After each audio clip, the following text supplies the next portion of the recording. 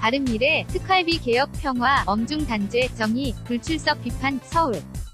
는 연합뉴스, 김남권 기자. 는 여야는 20일 국가정보원 특수활동비, 특활비 수수 혐의 등으로 기소된 박근혜 전 대통령이 1심에서 징역 8년과 추징 금 33억 원을 선고받은 것과 관련해 결이 다른 반응을 보였다. 여당인 더불어민주당과 진보성향 야당인 민주평화당, 정의당은 박 전 대통령에게 내려진 선고가 인과응보라며 한 목소리를 냈다. 반면 자유한국당은 책임을 통감한다는 입장을 보였고, 바른미래당은 특활비 제도 개혁에 방점을 찍었다.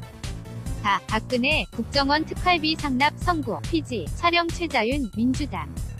김현 대변인은 서면 브리핑에서 박 전 대통령에 대한 유죄 선고는 인과응보이자 사필 규정으로 법원의 결정을 존중한다고 밝혔다. 김 대변인은 국정원 특활비 36억 5천만 원을 상납받아 사적인 용도로 유용한 박 전 대통령 은 국민의 혈세를 낭비하고 국고를 손실시킨 것에 대해 국민 앞에 석고대죄 해야 한다며, 그런데도 선고 공판의 모습조차 보이지 않았던 박 전 대통령의 반성 없는 뻔뻔한 행태는 목불인견으로 비난받아 마땅할 것이라고 비판했다. 민주평화당 이용주 원내대변인도 헌법 수호의 의무를 진 대통령이 오히려 헌법 질서와 대의제 민주주의를 무너뜨리고 권력을 사유화한 것에 대한 법원과 검찰의 엄중한 단죄이며 인과응보라고 강조했다. 정의당 최석대 변인은 국고를 위상비나 비선치료 등 사적으로 사용하며 파렴치하게 도둑질했던 과정이 이번 재판을 통해 명확히 드러났다며, 박 전 대통령은 재판에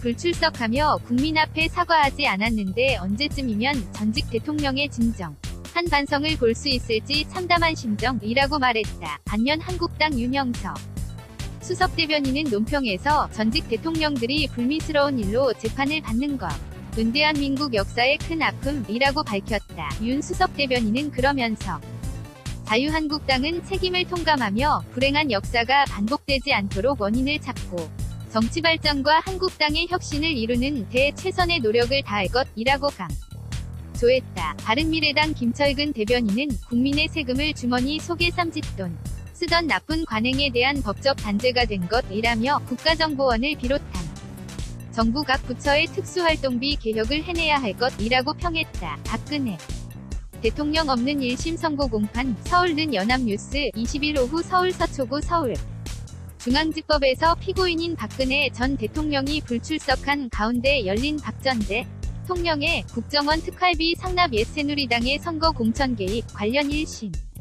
선고 공판에서 이종혁 변호사, 왼쪽 등 변호인들이 대화하고 있다. 2018 사진공동취재단 photo@yna.co.kr KONG79@na.co.kr 2018년 7월 20일 17시 50분